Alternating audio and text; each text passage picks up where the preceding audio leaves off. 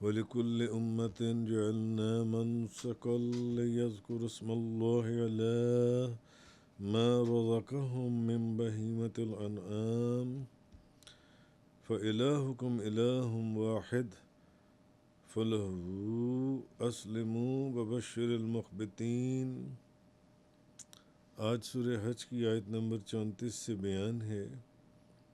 اور ہر امت کے لیے ہم نے قربانی کا طریقہ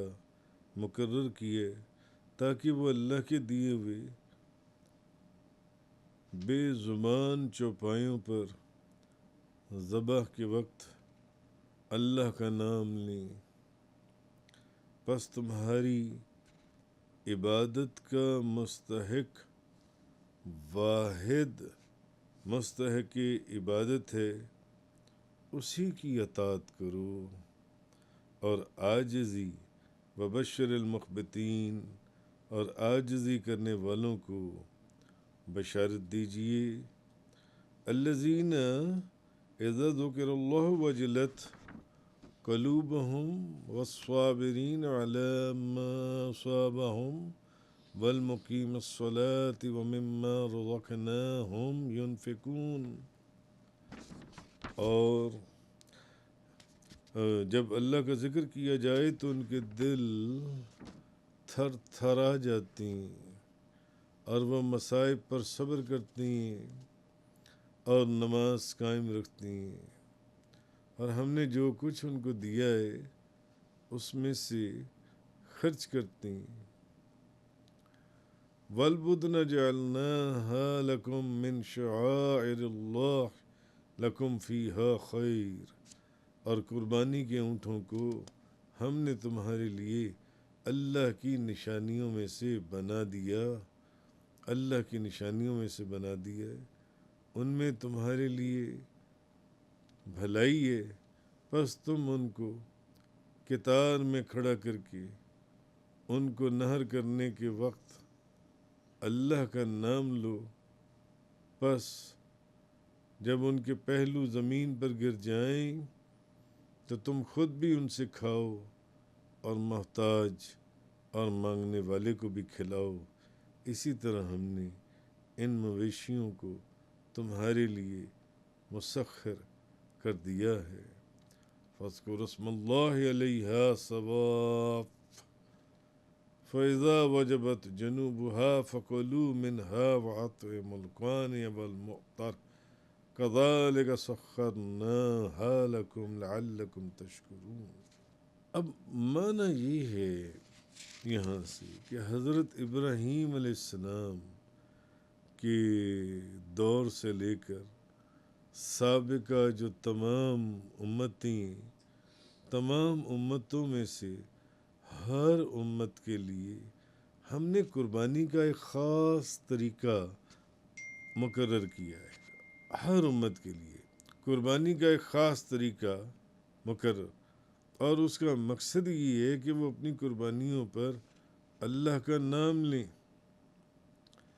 پھر فرمایا پس تمہاری عبادت کا جو مستحق ہے وہ واحد مستحق کی عبادت ہے۔ واحد یعنی زمانوں اور قوموں کے اختلاف سے قربانی کا طریقہ تو مختلف رہا، مختلف طریقے ہوتے رہے قربانی کے جنسی، لیکن ہر زمانے میں اور ہر قوم میں ایک بات جو خاص ہے وہ اسی خدائے واحد کی عبادت کی گئی۔ شریعتیں بے شک مختلف رہیں مگر دین سب کا ایک ہی تھا۔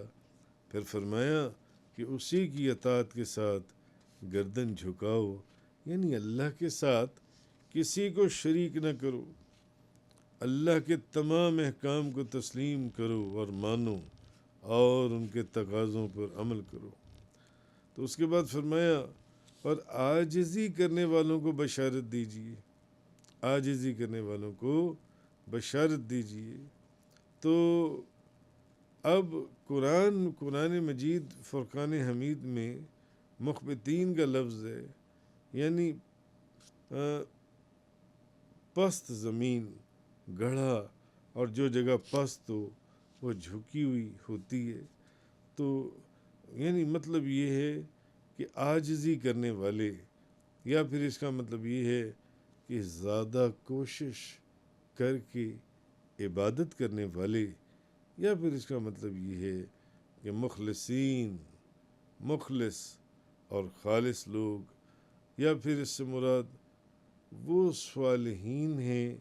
جن کے دل اللہ کے ذکر سے مطمئن رہتے ہیں۔ تو یا پھر اس سے مراد وہ لوگ بھی ہیں جو تفاسیر میں آیا، جو کسی پر ظلم نہیں کرتے، اور جب ان پر ظلم کیا جائے تو وہ اس کا بدلہ نہیں لیتے،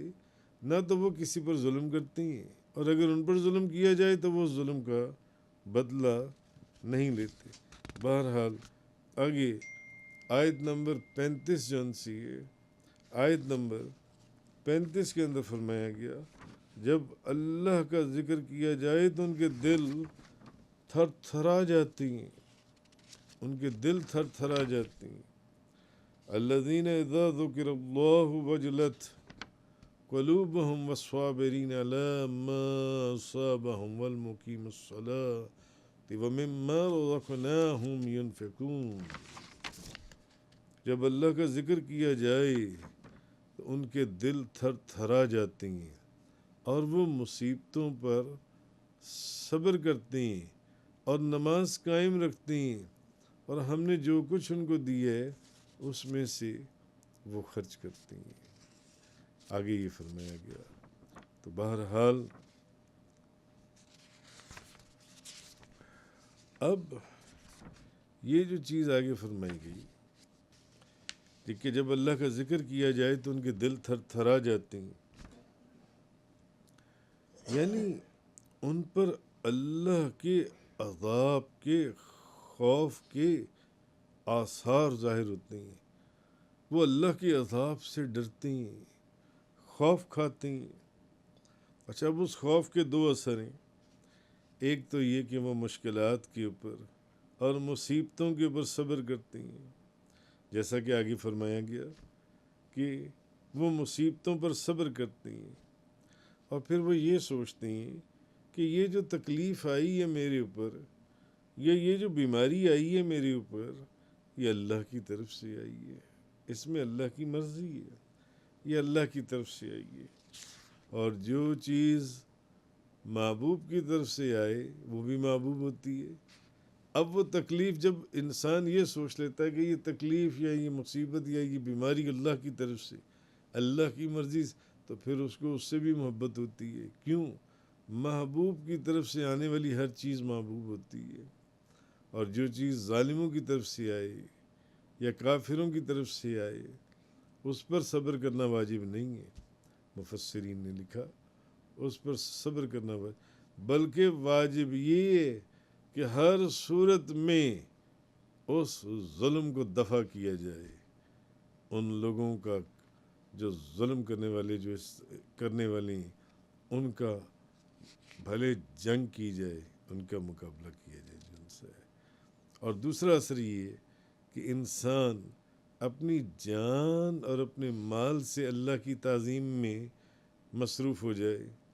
اب جان سے اللہ کی تعظیم یہ ہے کہ وقت کے اوپر نماز پڑھے، اور مال سے اس کی تعظیم یہ ہے کہ اس کی دی ہوئی چیزوں میں سے خرچ کرے، جہاں جہاں حکم دیا گیا ہے، وہ خیرات ہے، وہ صدقہ ہے، وہ زکوٰۃ ہے، وہ قربانی، وہ جو جس چیز پر حکم دیا گیا ہے، تو جان سے اللہ کی تعظیم نماز پڑھنے میں، اور کیا کہتے ہیں مال سے اس کی تعظیم اس کی دی ہوئی چیزوں میں سے خرچ کرنے میں جو سی ہے۔ تو اس نے جو کچھ ہمیں دیا ہے اس میں سے وہ لوگ خرچ کرتے ہیں۔ آگے آیت نمبر 36 میں فرمایا، اور قربانی کے اونٹوں کو ہم نے تمہارے لیے اللہ کی نشانیوں میں سے قرار دی ہے۔ قربانی کے اونٹوں کو ہم نے تمہارے لیے اللہ کی نشانیوں میں سے قرار دی ہے۔ آیت نمبر 36 والبدن جعلناها لكم من شعائر الله لكم فيها خير فاذكروا اسم الله عليها صواف فإذا وجبت جنوبها فكلوا منها وأطعموا القانع والمعتر کذالک سخرناہا لکم لعلکم تشکرون، اور قربانی کے اونٹوں کو ہم نے تمہارے لیے اللہ کی نشانیوں میں سے بنا دیا ہے، ان میں تمہارے لیے بھلائی ہے، پس تم ان کو قطار میں کھڑا کر کے ان کو نہر کرتے وقت اللہ کا نام لو، پس جب ان کے پہلو زمین پر گر جائیں تو پھر تم خود بھی ان میں سے کھاؤ اور محتاج اور مانگنے والے کو بھی کھلاؤ۔ اسی طرح ہم نے ان مویشیوں کو تمہارے لیے مسخر کر دیا ہے تاکہ تم شکر ادا کرو جن سے۔ بہرحال یہ آگے آیت نمبر 36 کے اندر یہ بات فرمائی گئی جن سے ہے، اور قربانی کی بڑی جسامت والے جانور جن سے ہیں۔ اب احناف کے نزدیک بدنہ کا اطلاق اونٹ اور گائے دونوں پر، دونوں بڑی جسامت والے جانور ہیں، اونٹ بھی بہت بڑی جسامت والا، گائے بھی بہت بڑی جسامت والی۔ تو احناف کے نزدیک بدنہ کا جو اطلاق ہے وہ اونٹ اور گائے دونوں پر ہوتا ہے، لیکن امام شافعی کے نزدیک بدنہ کا اطلاق وہ فرماتے نہیں صرف اونٹ، وہ بڑی جسامت والا جو ان سے ہے۔ جعلناہا لکم من شعائر اللہ، ان جانوروں کو ہم نے تمہارے لیے اللہ کی نشانیوں میں سے بنایا، یعنی اللہ تعالیٰ نے قربانی کے بڑی جسامت والے جانوروں کو مسلمانوں کے لیے اپنے دین کی نشانیوں میں سے بنایا۔ بڑی جسامت والے جو جانور ہیں، یہاں سے معلوم ہوا جس جانور کو عظمت والے مقام سے نسبت ہو جائے وہ بھی شعائر اللہ بن جاتا ہے، وہ بھی اللہ کی نشانیوں میں سے ہو جاتا ہے۔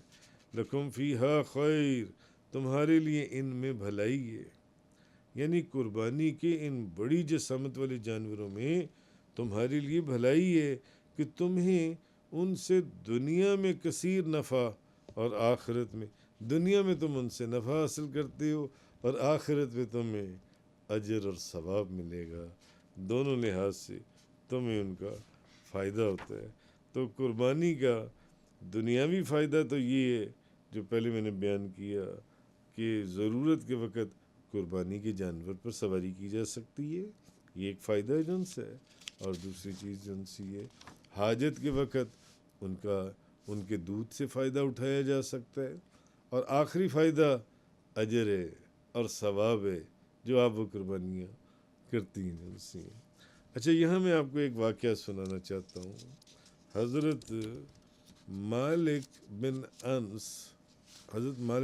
رضی اللہ تعالی عنہ فرماتی ہیں کہ حضرت سعید بن مسیب نے حج کیا، انہوں نے حج کیا تو ان کے ساتھ حضرت ابن حرملہ رضی اللہ تعالی عنہ انہوں نے بھی حج کیا، تو حضرت سعید نے ایک مینڈا خریدا اور اس کی قربانی دی، جبکہ حضرت ابن حرملہ نے 6 دینار میں ایک اونٹ خریدا، انہوں نے ایک مینڈا خریدا جن سے تو اس کی قربانی دی، انہوں نے 6 دینار میں ایک اونٹ خریدا اور اسے نہر کیا۔ تو حضرت سعید نے ان سے پوچھا کہ بھئی کیا آپ کو ہمارا طریقہ کافی نہیں تھا؟ تو حضرت ابن حرملہ نے کہا کہ میں نے اللہ کا یہ ارشاد سنا ہے، وَالْبُدْنَ جَعَلْنَاهَا لَكُم مِّن شَعَائِرِ اللَّهِ لَكُمْ فِيهَا خَيْرٌ، اس میں تمہارے لیے بھلائی ہے، فَاذْكُرُوا اسْمَ اللَّهِ عَلَيْهِ الصَّوَافِ، میں نے یہ اللہ کا جن سے یہ ارشاد سنے، اللہ نے جو فرمایا وہ ان کو جواب دینے لگے۔ یعنی یہ جو واقعہ میں آپ کو بتا رہا ہوں کہ حضرت مالک بن انس فرماتی ہیں کہ حضرت سعید بن مسیب نے حج کیا اور ان کے ساتھ حضرت ابن حرملہ نے حج کیا، تو حضرت سعید نے مینڈا خریدا اور اس کی قربانی دے دی، جبکہ ابن حرملہ نے 6 دینار میں ایک اونٹ خریدا اور اسے نہر کیا۔ حضرت سعید کہنے لگے کہ بھئی کیا آپ کو ہمارا طریقہ کافی نہیں تھا؟ تو حضرت ابن حرملہ نے فرمایا میں نے اللہ کا یہی ارشاد سنا ہے، جس آیت کا ذکر چل رہا ہے، اس لیے میں نے پسند کیا کہ میں بھی اس خیر کو حاصل کر لوں جس کی طرف اللہ نے میری رہنمائی کی ہے۔ تو حضرت سعید بن مسیب رضی اللہ تعالیٰ عنہ اس بات سے بڑے خوش ہوئے، تو آپ اکثر ان کی طرف سے یہ بات لوگوں کو بتایا کرتے تھے کہ دیکھو، یعنی قرآن کی یہ آیت ہے، بڑی جسامت والے جانور جس میں اللہ نے خیر اور بھلائی رکھی ہے، تو انہوں نے وہ خریدا اور وہ اللہ کی بارگاہ میں پیش کیا جن سے۔ اسی طرح ایک اور روایت میں حضرت سفیان بن عینہ رضی اللہ تعالیٰ عنہ فرماتے ہیں کہ حضرت صفوان بن سلیم نے حج کیا، ان کے پاس 7 دینار تھے، انہوں نے ایک اونٹ خرید لیا۔ بھئی ان سے کہا گیا آپ کے پاس صرف 7 دینار تھے، آپ نے اس سے ایک اونٹ خرید لیا؟ تو صرف 7 دینار تھے۔ انہوں نے فرمایا میں نے اللہ کا یہ ارشاد سنے کہ جس میں وہ تم سے فرماتا ہے لکم فیہا خیر، تمہارے لیے ان میں بھلائی ہے، اور میں نے اس بھلائی کو حاصل کرنے، یعنی بڑی جسامت والا جانور، اس کو خریدا۔ تو ایسا لہٰذا کہنے کا مقصد یہ ہے کہ جس مسلمان پر حج کی قربانی لازم ہو، وہ حج کے موقع پر، اور وہ حج کے موقع پر نفلی قربانی کرنا چاہتا ہو اور اونٹ یا گائے کی قربانی کرنا اس کے لیے ممکن ہو، تو وہ اونٹ یا گائے ہی کی قربانی کرے، تاکہ اس کو بھی یہ فضیلت حاصل ہو جس کا ذکر قرآن مجید فرقان حمید کے اندر آیا۔ اس کو چاہیے کہ بڑی جسامت والا جانور اللہ کی بارگاہ میں پیش کرے، اونٹ پیش کرے، بڑے سے بڑا پیش کرے، گائے پیش کرے، بڑی سے بڑی گائے پیش کرے، تاکہ اس کو بھی اس کا فائدہ حاصل ہو۔ اور آگے فرمایا فَاذْكُرُوا اسْمَ اللَّهِ عَلَيْهَا، تو ان پر اللہ کا نام لو۔ اب یہاں اونٹ نہر کرنے کا طریقہ بیان فرمایا گیا کہ جب اونٹ کو نہر کرنے لگو تو اس کا ایک پاؤں باندھ دو اور 3 پاؤں کھڑے رکھو اس کے جن سے، پھر اللہ کا نام لے کر انہیں نہر کرو، اور اس کے بعد جب وہ زمین پر گر جائے اور اس کی حرکت ان جانوروں حرکت ساکن ہو جائے، اس وقت تمہارے لیے اب ان کا گوشت کھانا حلال ہے جن سے۔ بہرحال ایک چیز کو ذہن میں رکھنا چاہیے کہ اونٹ کو نہر کرنا اور گائے یا بکری وغیرہ کو ذبح کرنا یہ سنت ہے۔ اونٹ کو نہر کیا جائے اور گائے یا بکری وغیرہ کو ذبح کیا جائے، یہ سنت ہے نبی کریم صلی اللہ علیہ وسلم کی۔ اور اگر اس کے برعکس کیا، یعنی اونٹ کو ذبح کیا اور گائے وغیرہ کو نہر کیا، جانور اس صورت میں بھی حلال ہو جائے گا، مگر ایسا کرنا مکروہ بھی ہے، فائدہ حاصل ہے۔ اور آگے فرمایا فَاذْكُرُوا اسْمَ اللَّهِ عَلَيْهَا، تو ان پر اللہ کا نام لو۔ اب یہاں اونٹ نہر کرنے کا طریقہ بیان فرمایا گیا کہ جب اونٹ کو نہر کرنے لگو تو اس کا ایک پاؤں باندھ دو اور 3 پاؤں کھڑے رکھو اس کے جن سے، پھر اللہ کا نام لے کر انہیں نہر کرو، اور اس کے بعد جب وہ زمین پر گر جائے اور اس کی حرکت ان جانوروں کی حرکت ساکن ہو جائے، اس وقت تمہارے لیے اب ان کا گوشت کھانا حلال ہے جن سے۔ بہرحال ایک چیز کو ذہن میں رکھنا چاہیے کہ اونٹ کو نہر کرنا اور گائے یا بکری وغیرہ کو ذبح کرنا یہ سنت ہے۔ اونٹ کو نہر کیا جائے اور گائے یا بکری وغیرہ کو ذبح کیا جائے، یہ سنت ہے نبی کریم صلی اللہ علیہ وسلم کی۔ اور اگر اس کے برعکس کیا، یعنی اونٹ کو ذبح کیا